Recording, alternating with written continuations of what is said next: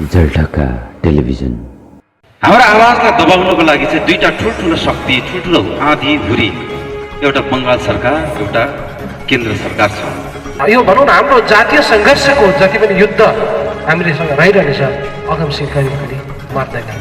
जबसम्म हाम्रो यो अस्तित्वको लडाइँको अवसान हुँदैन तबसम्म अगमसिंह गिरीको कवितीय शक्ति अझै चर्को भएर बाँची बस्छ।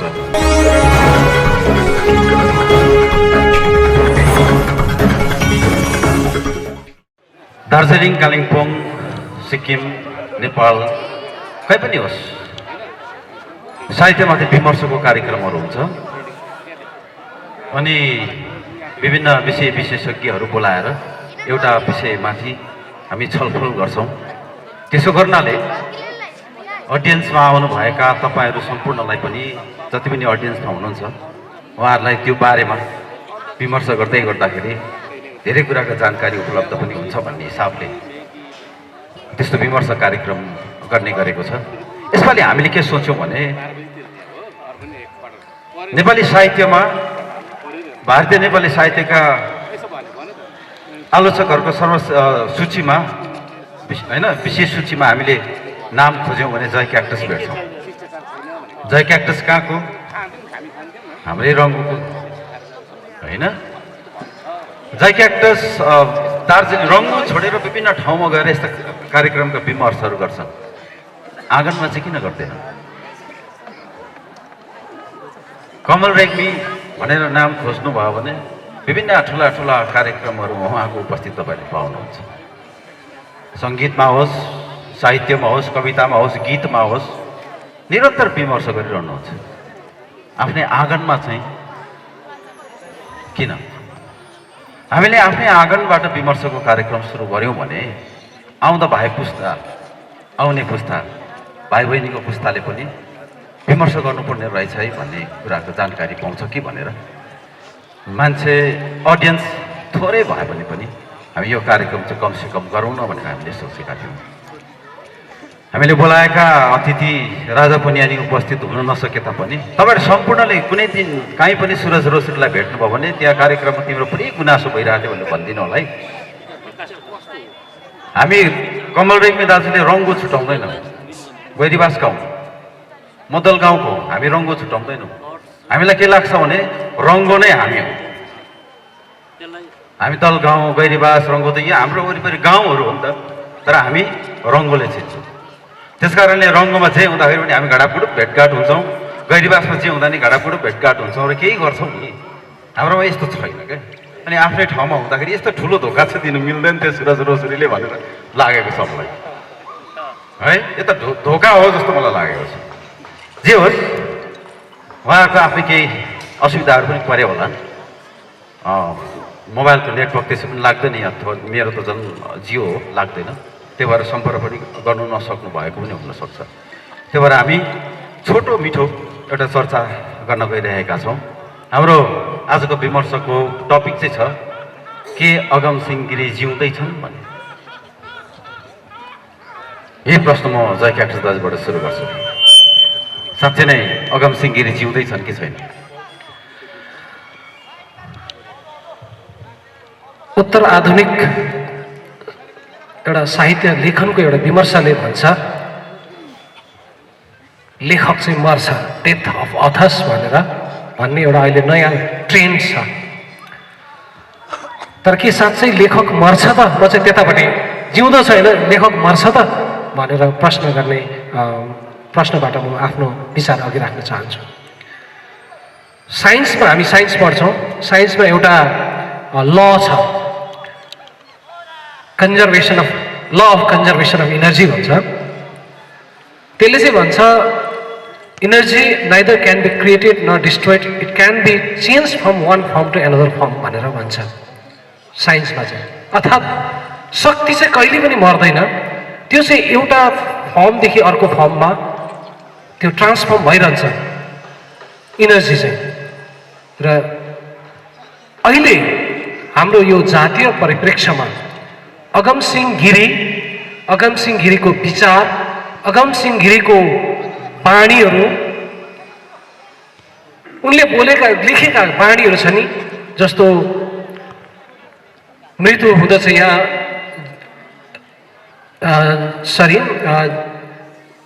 एउटा छ मतलब शोक समाधि बन्दछन् जीवनलाई मर्न लगाए भन्ने, पूजा हुँदछ यहाँ मृत्युको जीवनलाई मृत्युलाई मर्न लगाई, शोक समाधि बन्दछन् जिउँदोलाई मर्न लगाए, यस्तै के एउटा छ गिरीको। यस्तो बाणीहरू छन्। उनले जति पनि कुराहरू लेखेका छन् हाम्रो जातिको निम्ति अत्यन्त गम्भीरतापूर्वक लेखेका छन्। र त्यसैले जबसम्म हाम्रो यो जातीय अस्मिताको आन्दोलन बाँचिरहनेछ, यो भनौँ न हाम्रो जातीय सङ्घर्षको जति पनि युद्ध हामीसँग रहिरहनेछ, अगमसिंह गिरी पनि मर्दैनन्। र उनी चाहिँ हाम्रो इनर्जी बनेर हामीभित्र, हाम्रो जातिभित्र, हाम्रो सन्ततिभित्र बसेका छन्। र यसैले अगमसिंह गिरी चाहिँ जहिले तहिले जिउँदैछन्, जिउँदै रहनेछन् भन्ने मेरो विश्वास छ। धन्यवाद छ जय दाजु। उहाँले भन्नुभयो शक्ति मर्दैन। अगमसिंह गिरीको शक्ति चाहिँ के हो तपाईँलाई के लाग्छ? जति बेला अगमसिंह गिरीले लेख्न थाले 1907 सालबाट सुरु भएको हाम्रो अस्तित्वको आन्दोलन जवान भइसकेको थियो। अनि त्यति बेला आन्दोलनलाई नै एउटा मूल स्वर दिने जुन कवितामा उनले आफ्ना विचारहरू दिए, आन्दोलनलाई बोक्न सक्ने जुन अक्षरको खेतीहरू गरे, अनि त्यसैको ऊर्जा अहिलेसम्म आइराखेको छ। त्यो नै वास्तवमा अगमसिंह गिरीको शक्ति हो। अनि त्यसैले नै अगमसिंह गिरीलाई अहिलेसम्म बचाइराखेको छ। हामी अगमसिंह गिरीका कविताहरूमाथि यसरी चर्चा गर्छौँ, अगमसिंह गिरीका योगदानहरूमाथि हामी चर्चा गरिराखेका हुन्छौँ। र जबसम्म अहिले जयदासले भन्नुभयो, जबसम्म हाम्रो यो अस्तित्वको लडाइँको अवसान हुँदैन तबसम्म अगमसिंह गिरीको कवितीय शक्ति अझै चर्को भएर बाँची बस्छ। भनेपछि जुन भारतीय गोर्खाहरूको चिन्हारीको प्रश्न छ, जातीय चिन्हारीको, राष्ट्रिय चिन्हारीको जुन चाहिँ प्रश्न छ, त्यो प्रश्न हामी भारतीय नेपाली गोर्खाहरूको मनभित्र उत्पन्न गर्ने चाहिँ अगमसिंह गिरी भन्ने हो तपाईँ? हजुर हजुर। तर अगमसिंह गिरीले त तिमी माटोको माया बिर्सेर यहाँ किन पायो भने पनि भनेका छन्, नेपाल छोडेर दार्जिलिङ किन आएको पनि भनेका छन्। माटोको माया बिर्सेर यहाँ किन पो यहाँ आयो नि भन्ने पनि छ भने, अर्कोतिर दार्जिलिङलाई माया गरेर अघि जति बेला नेपालतिरबाट भूपी शेर्चनहरूले अल्छेछ क्यारे पछ्यौरी तिम्रो चियाको बुट्टामा भनेर गीत लेख्दाखेरि उनले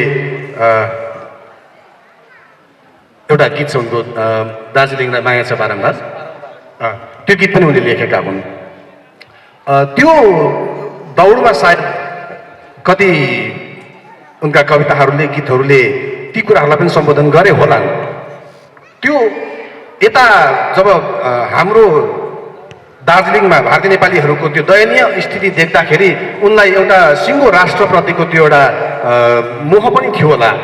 उतै हुँदो हो त एउटा सिङ्गो राष्ट्रमा हामी हुने थियौँ, यहाँ आएर जहिले पनि अस्तित्वको लागि लडिराख्नु पर्ने होइन, मरिराख्नु पर्ने, त्यो पीडाबोध सायद उनको त्यसरी व्यक्त भएको होला। तर दार्जिलिङप्रतिको प्रेम, माटोप्रतिको प्रेम जुन प्रगाढ रूपमा उनीभित्र थियो नि, उनका ती एकातहरूलाई छोडेर हेऱ्यौँ भने उनका खण्डकाव्यहरूदेखि लिएर उनका प्रत्येक कवितामा हामी त्यो माटोको सुगन्ध पाउँछौँ। धन्यवाद छ कमल दाजु। यसमा अझै म एउटा के पनि भन्छु भने, जस्तो आज रमिता छमा हाम्रो आइबी सरले एउटा प्रसङ्ग, लास्टमा एउटा प्रसङ्ग छ, मुजुर पनि त्यो पछ्याउँदै आएकोलाई चाहिँ हा भनेर उतै खेद्ने कोसिस गरेछन् क्या। वास्तवमा त्यो समय, त्यो परिस्थिति, त्यो भनौँ त्यो काल खण्ड त्यो यस्तो थियो कि नेपालसँग हाम्रो यति साह्रो गहिरो एट्याचमेन्ट थियो, किनभने भारतमा हामीलाई खुकुरी चलाउनु पाउनुपर्छ भन्ने अनुमति पनि नेपालको राजाले दियोस् भन्ने खालको हाम्रो यहाँबाट माग गएको थियो क्या। त्यसले गर्दाखेरि अगमसिंह गिरीमा केही त्यो भाव चाहिँ आउँछ। जस्तो नेपालप्रतिको जुन एउटा मोह भनौँ न, भाइले भन्नु जस्तै नेपालप्रतिको मोह चाहिँ थियो। तर वास्तवमा अगमसिंह गिरीले नि मलाई चाहिँ के लाग्छ भने, उनले जुन चियाबारीको जीवनलाई लेख्ने सायद पहिलो कवि मतलब यथार्थलाई लेख्ने चाहिँ पहिलो कवि अगमसिंह गिरी नै हो। अनि चियाबारी भनेको हामी दार्जिलिङ भारतीयहरूको पहिचान हो र यस अर्थमा चाहिँ म अगमसिंह गिरीलाई यसरी चाहिँ मैले एउटा कविता नै लेखेको छु। यो अगमसिंह गिरीले झोसिरहेको आग हो, मैले अघि नै भनिहालेँ, र जो चाहिँ बेला बेला बौरिने गर्छ हो। 2007मा 86मा बौरिएको थियो र यो आगो झोस्ने जुन एउटा कविको एउटा कविताको एउटा जुन शक्ति छ त्यो शक्ति चाहिँ वास्तवमा अगमसिंहले नै अगमसिंह गिरीलाई चाहिँ जिउँदो राखेको छ भन्ने चाहिँ मलाई लाग्छ। यही कुरालाई अलिकति जोड्दै मनोजले जुन चाहिँ अघि नेपालतिरको कुरा उठायो, उनै अगमसिंह गिरी लेखेका छन् फेरि, नजाऊ फर्की नेपाल उठेर भन्छ देउराली, फर्केर हेर मुङलानको मायालु पाखा चियाबारी, रुखरुखे डाँडा कुल्चेको आँसु पाइलो यही छ, बिरानो मुलुक नठाना रगतको साइनो यही छ, विरतीको जुन अस्ताको तुसारे बिहान नसम्झ, कान्छीको माया आलै छ, डाँडाको चिहान नसम्झ, नजाऊ फर्की नेपाल उठेर भन्छ देउराली, फर्केर हेर मुङलानको मायालु पाखा चियाबारी। यस्तो पनि लेखेका छन् फेरि गिरीले। यतिखेर चाहिँ अगमसिंह गिरी राजनैतिक रूपले सचेत भइसकेको थियो कि क्या छ?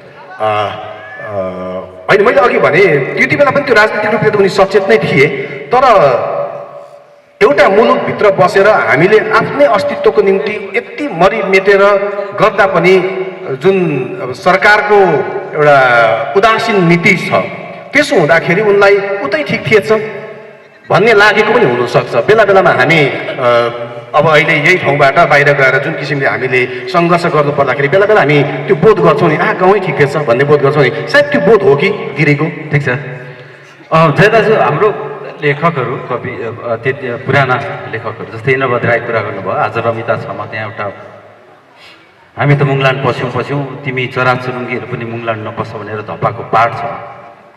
त्यसै आफै पनि काङ्ग्रेसी गर्ने इन्द्रबहादुर राई हुन् त्यतिखेर, होइन? राजनैतिक रूपले पनि सचेत थिए। गोर्खाका अर्गनाइजेसन त थुप्रो बनायो, पार्टी खोल्यो, निलो झन्डाहरू। हरिभक्त कटुवालले आफै पछि प्रवासी थपे। त्यतिखेरको यी लेखकहरूमा साहित्यकारहरूमा यो कन्फ्युजनको खास कारण के हुनसक्छ? यो चाहिँ कन्फ्युजन चाहिँ सबैभन्दा बेसी चाहिँ हामीलाई 1950को सन्धिले नै सिर्जना गरेको जस्तो लाग्छ, किनभने यसले चाहिँ हामीलाई नेपालप्रति ओहोरदोहोर गरिरहने त्यो अवस्था सिर्जना गरिदियो। खुला अहिले पनि हामी नेपाल सहजै जान सक्छौँ, हामीलाई भिसा लाग्दैन, जबकि नेपाल स्वतन्त्र राष्ट्र हो र हामीलाई त्यहाँ जान भिसा लाग्दैन। र अहिले पनि अब धेरैजनाको अब गोप्य रूपमा होला नागरिकता उतातिर पनि कता कता। त्यो चाहिँ के छ भने अब हामीले यहाँ घोषणा पो गर्नु हुन्न, यो व्यावहारिकतामा हामीले भारत सरकारलाई हामीले यहीँको हामी यहाँको हामी माटोको हामी भूमिपुत्र भनेर हामीले घोषणा गरिसकेका छौँ। तर कहीँ न कहीँ कुनै न कुनै सूत्र त हाम्रो नेपालसित अवश्य नै छ, त्यो अप्रत्यक्ष छ, एकदमै परोक्ष छ। र ती बेलाको लेखकहरूमा चाहिँ त्यो कन्फ्युजन भन्दा पनि उनीहरूको चाहिँ बेसी चाहिँ म चाहिँ नेपाल माया नै मतलब एउटा मोह नै हो भन्ने चाहिँ मलाई लाग्छ।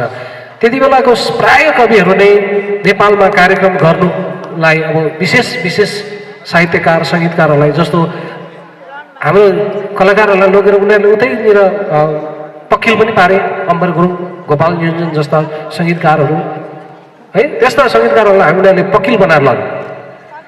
मतलब त्यसो मतलब त्यहाँ सम्बन्ध थियो नि त, त्यसले गर्दा त्यो भाव चाहिँ अगमसिंह गिरीमा के आयो होला र अब चाहिँ त्यसलाई हामी पूर्ण रूपले बन्द गरिसकेका छौँ भन्ने हामीले महसुस गरेका छौँ। धन्यवाद छ जय दाजु। यो अम्बर गुरुङहरूलाई नेपालले पक्किल पार्यो भन्ने सन्दर्भमा म अलिकति त्यो कुरा पनि भनिराख्छु। नेपालमा अहिले राजतन्त्र हटिसकेपछि जब प्रजातन्त्र आयो, किनारामा परेका जात गोष्ठी जसको आफ्ना आफ्ना संस्कृतिहरू थियो, जुन संस्कृतिलाई चाहिँ हिन्दुइजमले, राजा हिन्दू भएको कारणले राईले पनि टिका लाउनु पर्ने भयो, अरूले पनि टिका लाउनु पर्ने भयो, हिन्दूको कल्चर मान्नु पर्ने भयो।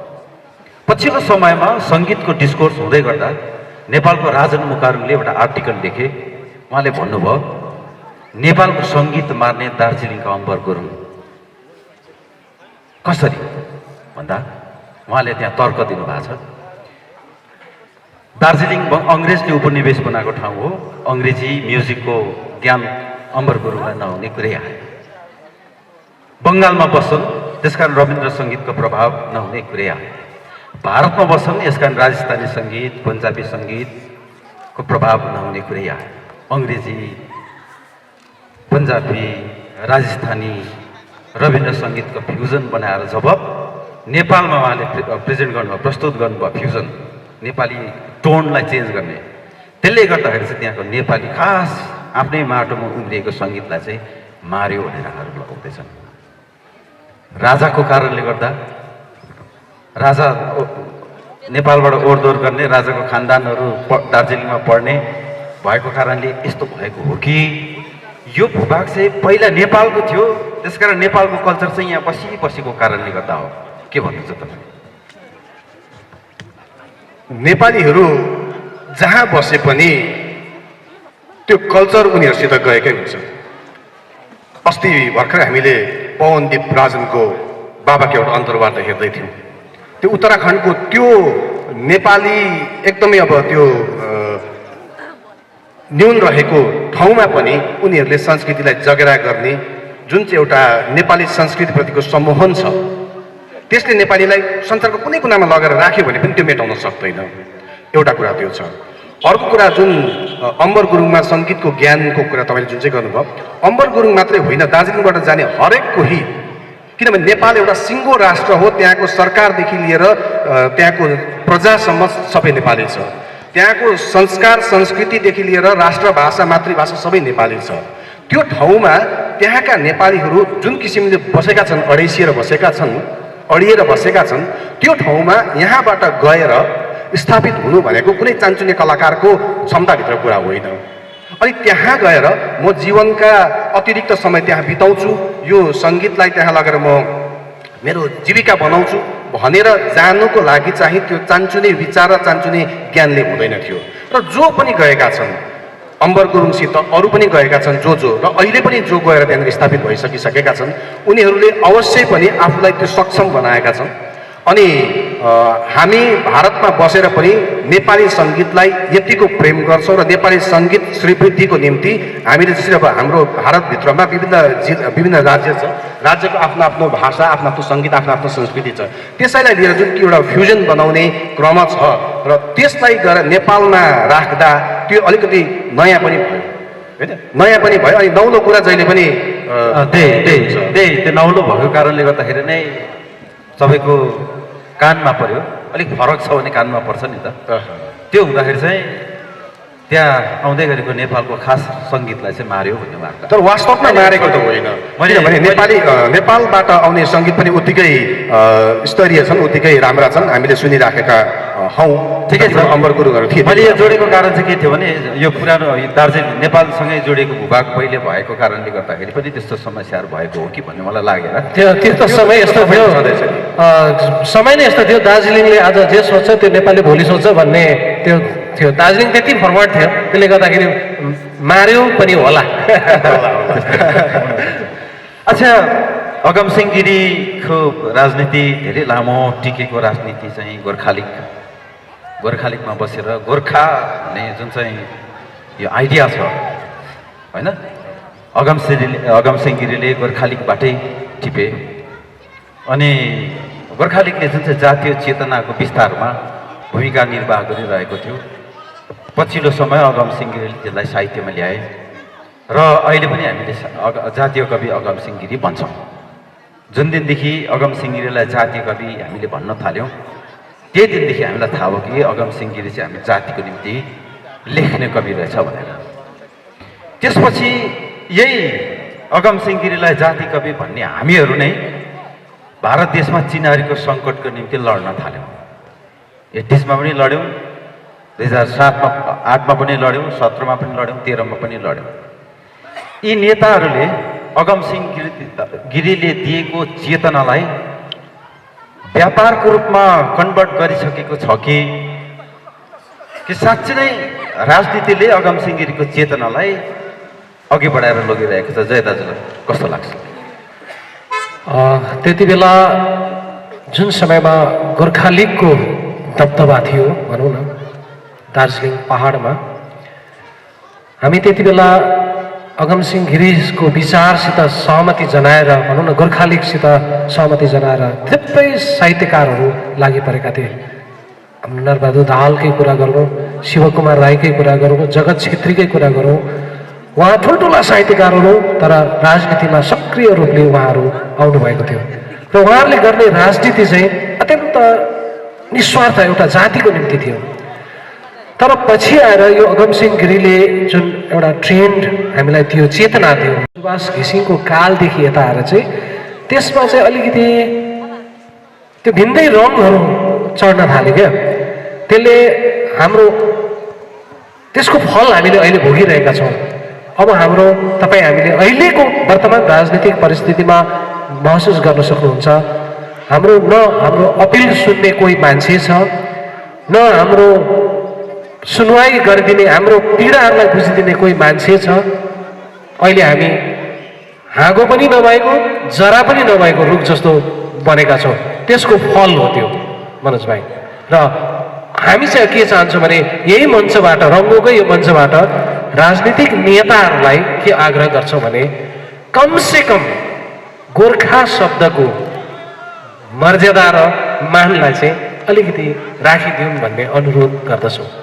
यसमै म अलिकति जोड्न चाहन्छु के भने अहिले जयदासले जुन चाहिँ भन्नुभयो, त्यति बेला ती प्रकाण्ड साहित्यकारहरू शिवकुमार राईदेखि लिएर गिरीहरूदेखि लिएर होइन, यता इन्द्रबहादुर राईहरूदेखि लिएर सबै उनीहरू साहित्य पनि गर्थे अनि राजनीति पनि गर्थे।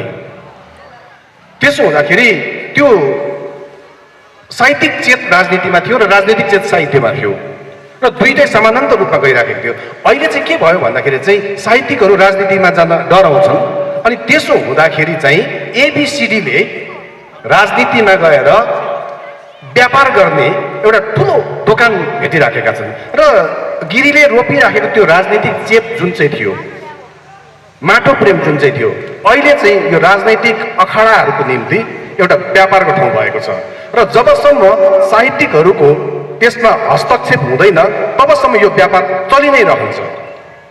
मलाई चाहिँ यस्तो लाग्छ। एकदमै सान्दर्भिक कुरा गर्नुभयो। तर जयदाजु, साहित्यकारहरू राजनीतिमा जाने बित्तिकै विभिन्न किसिमको लान्छना लाग्छ नि अघि, किन त्यस्तो हुन्छ? के लाग्छ तपाईँलाई? के कारणले त्यस्तै लान्छना लाग्छ? किन राजनीतिमा जाँदाखेरि चाहिँ साहित्यकारहरू राजनीतिमा जाने बित्तिकै मान्छेले नराम्रो दृष्टिकोणले हेर्छ? किन? वास्तवमा हामी राजनीति शास्त्र भन्छौँ क्या। राजनीति शास्त्र त जहिले पनि राम्रो ज्ञान दिने, राम्रो कुरालाई मात्रै, अब हाम्रो धर्मशास्त्रहरूले कहिल्यै हामीलाई पाप गर, मार्नु, हिंसा गर्नु भन्दैन। शास्त्रले भने शास्त्रको अर्थ नै यस्तो छ कि जसले चाहिँ एउटा भनौँ न जीवनलाई चाहिँ एउटा राम्रो दिशातर्फ उन्मुख गराउने काम गर्छ। वास्तवमा राजनीति पनि त्यस्तो हुनुपर्ने हो। र अहिले चाहिँ मलाई के लाग्छ भने हाम्रो राजनीतिज्ञहरूबाट चाहिँ त्यो काम भइरहेन, हुन सकेको थिएन, भएन भनौँ न। त्यो परम्परा पनि मैले हामी सबैलाई थाहा छँदैछ यस्तो राजनीति कहाँदेखि सुरु भयो भन्ने कुरा त्यो घोषणा गरिरहने यहाँ आवश्यक छैन। त्यस्तोमा चाहिँ हाम्रो साहित्यकारहरू जाँदाखेरि चाहिँ त्यो छिट्टाले त्यो सेतो कपडालाई चाहिँ हिलो पारिदिन्छ कि भन्ने चाहिँ मलाई साह्रो डर लाग्छ। त्यसकारण बरु म चाहिँ भन्छु साहित्यकारहरू साहित्यिक भएर बाँचोस् जस्तो पनि लाग्छ मलाई। राजनीति आवश्यक छ, राजनीति बुझ्नुपर्छ। राजनीति बिना अहिले त अब भात पाक्दैन। त्यसो भन्दाखेरि नेताहरूले धनीबली गरिहाल्दो रहेछ नि त, दाजुले भन्नुभयो। होइन, फेरि यस्तो छ नि, गोलकिपरले गोलपोस्टमै बसेर गोली समाउनुपर्छ होइन। ऊ अगाडिपट्टि चाहिँ आएर म गोल हाल्छु भनेर निस्क्यो भने त्यहाँ फेरि बर्बाद हुन्छ नि। अब यहाँ के छ भने साहित्यकारहरू अब अहिले जुन चाहिँ एउटा नयाँ एउटा ट्रेन्ड आइराखेको छ, साहित्यकारहरू विशेष गरी युवा जमातहरू राजनीतिप्रति अलिकति आकर्षित भइराखेका छन्। उनीहरू जाँदैछन्, तर उनीहरूको भूमिका त्यहाँ के हुन्छ? उनीहरू त्यहाँ जानुको पछिको जुन चाहिँ एउटा औचित्य थियो त्यो पुरा हुँदैछ? हाम्रो अपेक्षा पुरा गर्छ कि गर्दैन? हाम्रो अपेक्षा पुरा गर्छ कि गर्दैन? अनि त्यो पहल उनीहरूबाट भइराखेको छ कि छैन? अथवा त्यो माथि कसैको निर्देशनमा बसेर खालि त्यो कटपुतली मात्रै भइबस्ने हो कि? त्यति बेला त त्यो थिएन नि त राजनीति साहित्यकारहरू नै नेता थिए त्यति बेला त्यस कारणले गर्दाखेरि उनीहरूले समाजलाई सही निर्देशन दिन सक्थे नि त अब अहिले चाहिँ के भयो भने साहित्यकारहरू गएर एउटा नेताको निर्देशनमा बसेर है अनि सबै नेताहरूले त्यस्तो नगर्लान् राम्रो पनि होलान् तथापि त्यहाँ जानुको औचित्य कहाँसम्म पुरा हुँदैछ त्यो पहल के हुँदैछ त्यो पनि अस्पष्ट छ त्यस कारणले गर्दाखेरि चाहिँ जानेहरूलाई आक्षेप पनि त्यतिकै लागिराखेकै हुन्छ होइन आलोचना हामी गरिराखेकै हुन्छौँ तर एकपल्ट चाहिँ अब किनारमा बसेर चाहिँ आलोचना गर्नुभन्दा पसिसकेकोहरूलाई एकपल्ट थपडी बजाएर स्वागत गरौँ र उनीहरूबाट केही राम्रो काम हुन्छ भने त्यसको अपेक्षा गरौँ काम हुँदैन भने त्यति बेला काम गर्नु लगाउँ होइन काम गर्नु लगाउँ त्यसपछि ल बेसी पनि जाँदिनँ म अब एउटा प्रश्न दुईजनालाई गरेर कार्यक्रम सक्छु तिमी त यहाँ नचिनिने भएछौ भनेर अगमसिंह गिरीले कविता लेख्नुभयो है दार्जिलिङमा भारतमा बस्ने नेपाली भाषी गोर्खाहरूको अनुहार चाहिँ यो देशमा चिनिँदैन अथवा तिमीहरू कहाँ छौ तिम्रो चिनारी के हो तिम्रो अवस्थान के हो भनेर अगमसिंह गिरीले कवितामा भन्नुभयो त्यसपछि त्यो चेतनाले राजनीतिले टिपेर छुट्टै राज्य गोर्खाल्यान्ड भएपछि हाम्रो चिनारी बनिन्छ कि भनेर राजनीतिको एउटा नारा बनियो अनि नेताहरूले अघि बढाएर गए यी नेताहरूले बोकेको हाम्रो चिनारीको सवाललाई कहाँनिर पुर्याइसकेको छ भन्ने कुरा त हामी सबैलाई थाहा छँदैछ राजनीतिले यो चेतनालाई सही ठाउँमा लगेर एड्रेस गर्न सक्दैन रहेछ कि क्या हो भन्ने त हामीले बोध गऱ्यौँ साहित्यिक समाजले चाहिँ यो चेतनालाई अघि बढाउनुको लागि काम गर्नुपर्छ कि पर्दैन भन्ने बोध चाहिँ छ कि छैन बोध छ अनि अहिले समयले मागिराखेको कुरा पनि त्यही हो किनभने भएन 86 देखि यता त झनै लथालिङ्गै भयो होइन बरु जे भइराखेको त्यो भत्किँदै गयो केही मात्रामा त्यहाँसम्म व्यवस्था व्यवस्थित थियो त्यहाँदेखि यता त झनै तथा नाम भइराखेको छ त्यसो हुँदा यस्तो लाग्छ अब साहित्यिकहरू एकपल्ट राजनीतिमा आउनुपर्छ मोर्चा सम्हाल्नुपर्छ अनि राजनीति गर्ने संस्कार सिकाइराख्नुपर्छ अनि त्यसपछि त्यो संस्कार सिकाइराखेर कसैले त्यसलाई अङ्गीकार गर्छ भने छोडेर है आउनुपर्छ तर राजनैतिक तहमा गएर जुन चाहिँ गिरीको चेत थियो त्यो गिरीको चेतलाई चाहिँ गिरेको चेत बनाएर है यो अवस्थामा ल्याइ पुऱ्याएर झनै लथालिङ्गै पार्ने हो भने चाहिँ साहित्यिकहरू नगएकै राम्रो हो होइन भने एउटा जिम्मेवारी बोध गरेर अहिले यो भइराखेको छ होइन हामी एकपल्ट जाउँ मोर्चा समातौँ भनेर सबै आउने हो भने त स्वागत योग्य छ के लाग्छ राजनीतिले गर्न नसकेको काम साहित्यले गर्छ म चाहिँ अलिकति आशावादी मान्छे आमाको सपना कविता सम्झने मान्छे के ऊ आउँछ जरुर आउँछ त्यो समयमा त्यो पलमा ऊ जरुर आउँछ त्यो आउने पललाई चाहिँ म पर्खिने मान्छे र सायद त्यो राजनीतिक दृष्टिकोणमा होस् चाहे त्यो सामाजिक जनजागरणको कुरामा होस् चाहे त्यो हरेक कुरामा होस् आउँछ एक दिन त्यो समय आउँछ त्यो आमाको सपना जस्तै हामीले देखिराखेका छौँ र त्यो दुन्दुभी बजाउँदै आउँछ विमर्श गऱ्यौँ भने एकजना मान्छेलाई मात्रै केन्द्रमा राखेर विमर्श गऱ्यौँ भने ती व्यक्तिबाट हामी साहित्यमा पनि छिर्न सक्दा रहेछौँ राजनीतिमा पनि छिर्न सक्दा रहेछौँ संस्कृतिमा पनि छिर्न सक्दा रहेछौँ समाजमा पनि छिर्न सक्दा रहेछौँ यसकारणले विमर्श निरन्तर हुनुपर्छ भन्ने हाम्रो चाहना थियो जुन चाहिँ पहिलो खुड्किलोको रूपमा आज हामीले यहाँ समापन गऱ्यौँ जय दाजु अनि कमल दाजुलाई यो विमर्श कार्यक्रममा सहभागी पनि दिनुभएकोमा तपाईँहरूसँग कुनै मेरो एउटा यस्तो प्रश्न थियो भन्ने छ भने तपाईँहरूले प्रश्न पनि राख्नु कसो हो मनोज भाइ समय समय पनि गरौँ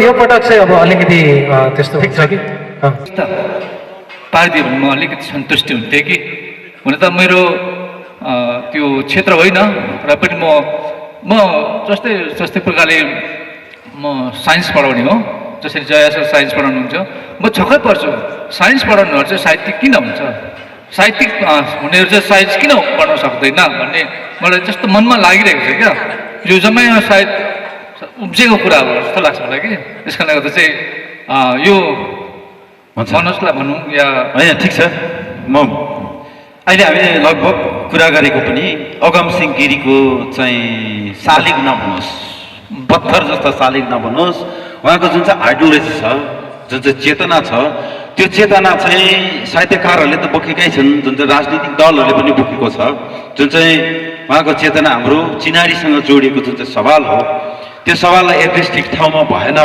भनेर नै सायद अघि हामीले अगमसिंह गिरी जिउँदैछ कि मरेको छ भनेर टपिक बनाएका हौँ पक्कै पनि तपाईँले पनि तपाईँको कुरा र हाम्रो कुरो ठ्याक्कै मिलिरहेछ त्यसै विषयमा विमर्श गरेका छौँ र पनि कमल दाजुले सरको यो जिज्ञासामाथि आफ्नो कुरा राखिदिनुहोस् विद्यार्थीले सोधेको प्रश्नको उत्तर सरले दिनुपर्ने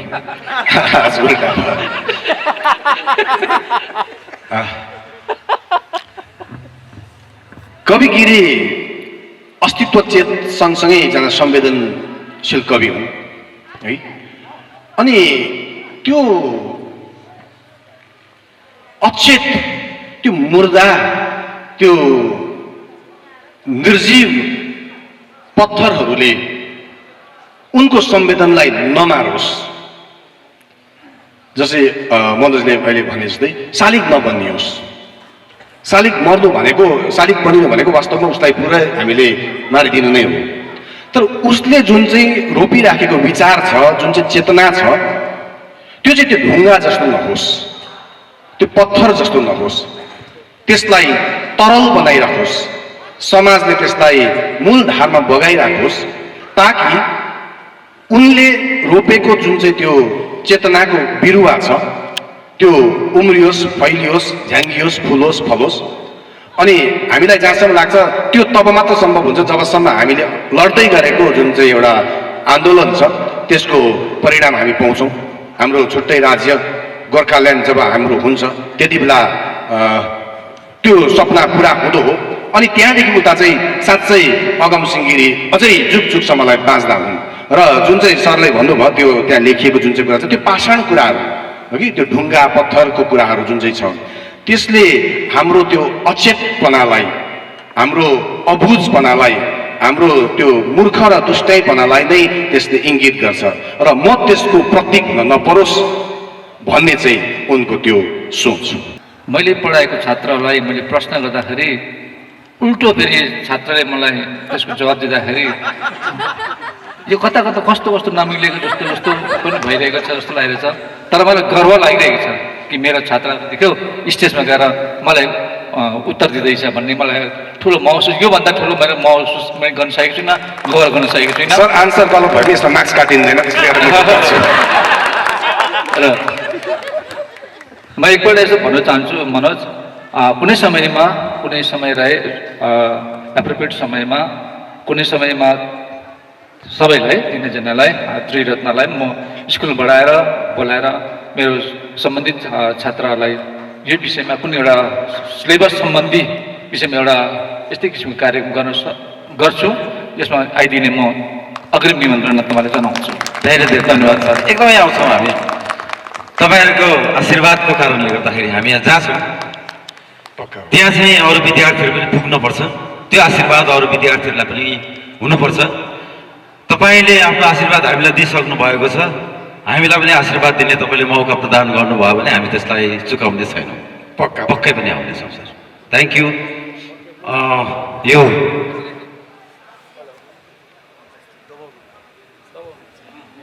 हेलो यो हामीले 94औं गिरी जयन्ती मनायौँ है यो मनाउनुको उद्देश्य भनेको वास्तवमा गिरीले दिएको विचारलाई गिरीले स्थापित गर्नु खोजेको विचारलाई आजभन्दा 50 वर्ष अगाडि युवा हुँदा गिरीले स्थापित गर्नु खोजेको विचारलाई नै अझसम्म लिएर हिँडिरहेछौँ हामी वास्तवमा गिरी भन्ने साथै हामीसित आउँछ जाति उन्मुक्ति होइन आफ्नो माटो आफ्नो वेशभूषा आफू को हो नेपालीपन या गोर्खा भनौँ न यो ब्रान्ड जुन चाहिँ अब चेन्ज भए पनि गोर्खा या गोर्खाल्यान्ड भन्ने आउँदैछ है तर वर्तमान राजनीतिक परिस्थिति पनि सँगै जोडिएर आउँछ अनि अहिले लाग्छ जुन चाहिँ वर्तमान राजनीतिक परिस्थिति छ है जसले चाहिँ केन्द्र या राज्य दुवैले हामीलाई कसरी साइनो जोड्यो भने म अहिले खाना खाँदा पनि त्यही कुरा गर्दै थिएँ। हामीलाई मामाको छोरा, काकाको छोरा, GT1 काकाको छोरा, GT2 मामाको छोरा, है, विमल गुरुङ बडाको छोरा, होइन, विनय तामाङ माइजूपट्टिको चाहिँ बनाएन, तर बाउको छोराको लागि बनाएन। मामाको, माइजूको, काकाको सबको छोराले चाहिँ दया र माया चाहिँ पाउनु सक्छ, अधिकार पाउनु सक्दैन। अधिकार पाउनु भनेको बाउको छोराले हो। तपाईँहरू लाग्छ कि लाग्दैन? बाउको छोराले अधिकार पाउने हो। यो परिस्थिति कसरी निर्माण भयो त? दुईवटा लाइन छ। एउटा चाहिँ हाम्रो आर्थिक अवस्था या शैक्षिक अवस्था कि मानसिक स्थिति, कि हामी सँगै त्यो स्थितिमा त्यो जुन चाहिँ सिचुएसन हुन्छ, वास्तवमा कुनै पनि परिवर्तन त्यति सहज छैन।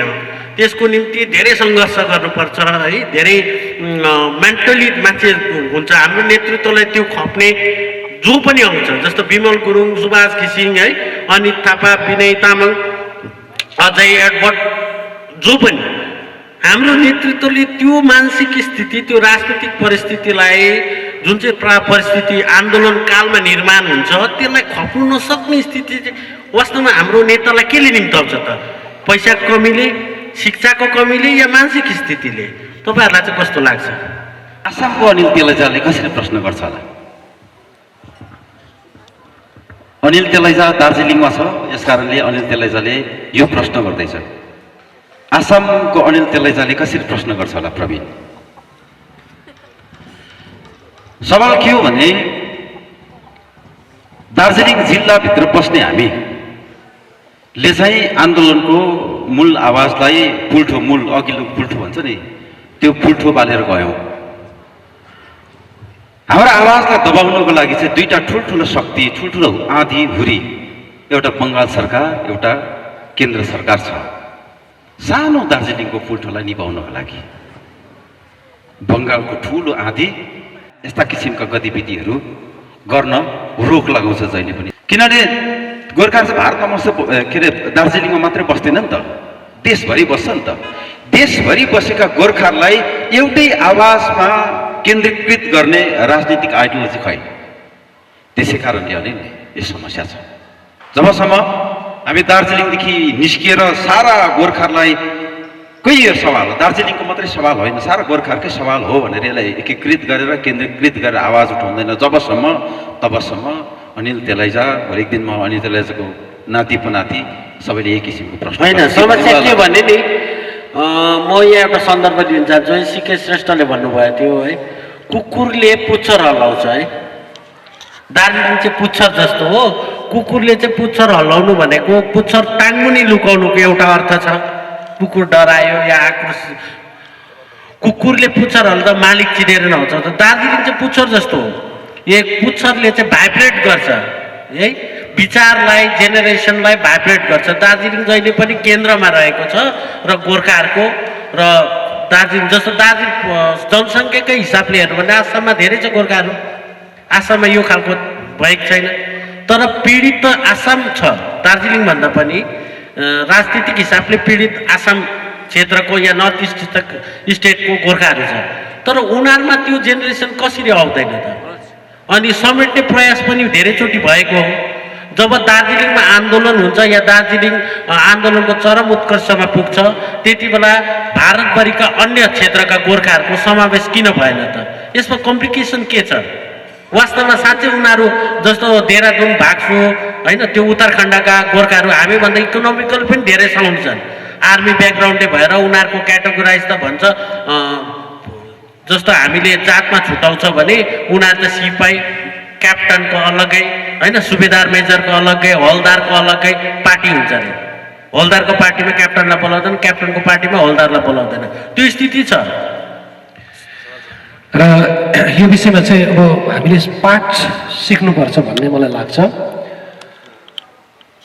हाम्रो सब यो जातीय उन्मुक्तिको आन्दोलन अघि भनौँ प्यारललै गएको पनि हो। भाषा मान्यताका आन्दोलनलाई हामी अलिकति सन्दर्भमा लियौँ। हजुर हजुर। भाषा आन्दोलनको केन्द्र पहिले दार्जिलिङमा थियो। त्यसरी नै दार्जिलिङले आन्दोलन गर्दा गर्दै गर्दा गर्दै दार्जिलिङको त्यो भाषा सङ्ग्रामीहरूमा त्यो भनौँ न सर्वभारतीय स्तरलाई समेट्ने त्यो क्षमता नदेखिएको पायो। पछि सिक्किम अनि आसाम, देहरादुन भनौँ सर्वभारतीय स्तरमा भारतीय गोर्खा नेपाली परिषद गठन गरेर चाहिँ त्यो परिषद नरबहादुर भण्डारीको नेतृत्वमा त्यो परिषदले चाहिँ नेपाली भाषा परिषदले चाहिँ यो आन्दोलनलाई चाहिँ सफल पारेको। सम्भवतः अब हामीले यो हाम्रो गोर्खाल्यान्ड आन्दोलनलाई पनि एउटा नयाँ परिप्रेक्ष्यमा नयाँ डिस्कोर्सले नयाँ चेतनाले यसरी पनि हेर्नुपर्छ कि भन्ने चाहिँ मलाई लाग्छ। र हाम्रो दार्जिलिङलाई मात्रै केन्द्र गरेर हेर्दा त हामी त अहिले हाम्रो टिका भाइले होइन मिलन बान्तावाले लेख्नु भएको जस्तो हामी चाहिँ अहिले लम्पसारवादी बनेका छौँ र हाम्रो अवस्था त्यस्तो आइपुगेको छ र यसलाई हामीले नयाँ दृष्टिकोणबाट चाहिँ हेर्नै पर्छ भन्ने चाहिँ मलाई लाग्छ। अब यो गिरी जयन्तीको समारोहमा यहाँ एक प्रकारको एउटा खुब चाखलाग्दो कुराहरू आयो। विशेष गरेर साहित्यकारहरू राजनीतिमा प्रवेश गर्नुपर्छ कि पर्दैन, राजनीतिमा सहभागिता लिनुपर्छ कि पर्दैन भन्ने विषयहरूदेखि लिएर निकै परसम्म कुरा पुग्यो। अनिलले जुन एउटा प्रश्न गरे त्यसमा मलाई अलिक मैले सधैँ बोध गरेको कुरा मैले सेयर गर्नु मन लाग्यो। हामी दार्जिलिङमा बसेर दार्जिलिङ पहाड बङ्गालको गोर्खाहरूले हामी सधैँ नै किन आन्दोलित हुन्छौँ त? हामी भन्दाखेरि धेरै गोर्खाहरू आसाममा पनि छन्, भाग्सुमा पनि छन्, अन्य राज्यहरूमा पनि छन्, तर त्यहाँबाट चिनारीको आवाज किन निस्किँदैन त भन्दाखेरि हामीले यो दृष्टिकोणले हेर्छौँ कि हामी आज पुरै देशमै भनौँ भनेदेखि जहिले पनि काहीँ न काहीँ कुनै न कुनै जग्गामा आन्दोलनको शङ्खघोष गर्ने या सानो भनी छिल्का लगाउने बङ्गाली जाति हुन्छ। अनि के भएको छ, हामी बङ्गालीहरूको समूहमा बसेकोले गर्दाखेरि हाम्रोमा पनि के भयो भन्दाखेरि एजिटेसन गर्ने, आन्दोलन गर्ने, साहित्यमा संस्कृति, यिनीहरू त्यसै पनि बङ्गाली जाति साहित्य संस्कृति यसमा धेरै अघि रुचि भएका मान्छेहरू, अनि धेरै उनीहरू अब यो नोबेल पुरस्कारहरू थापेकाहरू हुन्। अनि त्यसै पनि आन्दोलनहरू यिनीहरूले खुब ढाँचागत राम्रोसँगले अर्गनाइज रूपले गरेकोले गर्दाखेरि हाम्रो पनि सङ्गत तिनीहरूसँगै भएकोले गर्दाखेरि चाहिँ अरू राज्यमा व्यापक गोर्खाहरू हुँदाहुँदै पनि हामी चाहिँ तिनीहरूसँगै लागेर यो जुन प्रकारले राजनीतिक गरेर बट्ठाइ लडाउने हाम्रोमा जुन प्रवृत्ति आयो त्यो चाहिँ त्यहाँबाट पनि हामीमा अलिकति भएको हो कि जस्तो लाग्छ। त्यो पनि हो, त्यो पनि हो। अर्को चाहिँ छुट्टै राज्यको मानचित्र कहाँ राज्य हुनुपर्छ, दार्जिलिङमा हुनुपर्छ भन्ने कारणले पनि हो। त्यही कारणले विभिन्न किसिमको अन्तर्विरोधहरू उत्पन्न भएको हो। त्यसले गर्दाखेरि चाहिँ यो कुरा यो समाप्त गर्नु तिम्रो समाप्त गर्नैपर्छ अब, किनभने अब जानुपर्छ र यो चाहिँ मलाई बोध भइरहेको छ। अनि अर्को कुरो चाहिँ के हो भने यहाँ सबैले भने जस्तो आज यो जुन बहस राजनीतिमा अब राजनीतिक संस्कार हराएर गएको छ, राजनीतिमा अब राजनीतिक रहित जुन चाहिँ संस्कार थियो त्यो संस्कार छैन र यही प्रकारले बहस गरेर पनि राजनीतिक संस्कारलाई पनि स्थापित गर्ने जमर्को चाहिँ यहीँबाट सुरु भएको चाहिँ मलाई अलिअलि बोध भइरहेको छ। यस्तै प्रकारले नै पहिला यसरी बहस गरेर चाहिँ स्थापित गर्दै पछि यसरी नै गएर फेरि नयाँ प्रकारको नयाँ सोच लिएर के अघि बढ्छ कि भन्ने चाहिँ हामीले राख्नुपर्छ भन्ने मेरो सुझाउ मात्र नलिँदा। धन्यवाद प्रवीण। त्यस्तो हुन पनि सक्छ, नहुने के छ र है, सम्भावना पर्याप्त मात्रामा छ। कमल दाजु त्यही माथि जानुपर्छ भन्दै हुनुहुन्छ होइन र? धेरै धेरै धन्यवाद छ तपाईँहरूलाई पनि। गिरी भनेको खालि कवि मात्रै नभएर जाति प्रेमको उद्गम स्थल भएको कारणले गर्दाखेरि पनि गिरी भन्ने बित्तिकै यसरी राजनीति पनि जोडिन्छ, थुप्रो कुराहरू जोडिँदै आउँछ। त्यसै कारण पनि हामीले यो बहस गरेका थियौँ खासमा, र अहिले यो बहस हामी समाप्त गर्छौँ। धन्यवाद कमल दाजु। ल तिनैजना त्यहाँ बस्दिने है, एक दुई शब्दमा पनि भन्ने भयो यसमा। हाम्रो तिनजना मोतीहरू मोतीहरू भनौँ हामी है, मोतीहरू यहाँ हुनुहुन्छ होइन।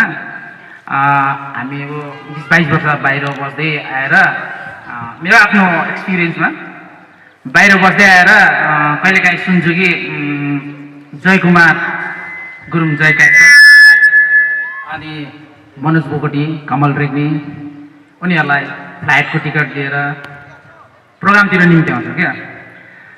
अन्त हामीलाई चाहिँ कस्तो लाग्छ, मलाई चाहिँ कस्तो लाग्छ त्यो जुन चाहिँ उयसमा चाहिँ कस्तो लाग्छ भन्दाखेरि हाम्रो कुलेनबारीभित्र जन्मेको, कुलेनबारीभित्रै हुर्केको, पढेको बढेको दाजुहरू यसरी माथि माथि अब उड्दै माथि माथि उड्दै ठुल्ठुलो प्रोग्रामतिर जाँदै आफ्नो प्रस्तुतिहरू दिएर आफ्नो गाउँ ठाउँ र आफ्नो भाषा साहित्यलाई यति माथिसम्म लाने जुन चाहिँ उहाँहरूको उयो छ जमर्को साथै उहाँको कोसिसहरू छ, यसलाई हामीले चाहिँ नचिन्दाखेरि रङ्गुले चाहिँ आजको दिन उहाँ तिनजनालाई चाहिँ राम्ररी चिन्नुहोस्। किनभने म आउँदै गर्दा पनि एउटा साथी मतलब गाडीमा चढेको थियो, साथीले भन्दै थियो कि देखेको युट्युबमा देखेको नि मैले मनोज बोगटीलाई अलिक छुच्चा छुच्चा खालके जयकुमार जय क्याक्टसलाई पनि देखेको नि युट्युबमै देखेको भने रङ्गु गैरीबास यही हाम्रै फेककोहरूले देखेको भन्दै थिएँ कि यही विषयमा चाहिँ मैले भन्नुपर्दा चाहिँ हाम्रो मोतीहरू हाम्रै अघि छ र यो मोतीहरूलाई चाहिँ हामीले कसरी हुन्छ अझै माथिसम्म पुऱ्याउ भन्ने चाहिँ मेरो हर रङ्गुलाई अनुरोध छ। धन्यवाद है। आज सपना राम्रै देखिने भयो।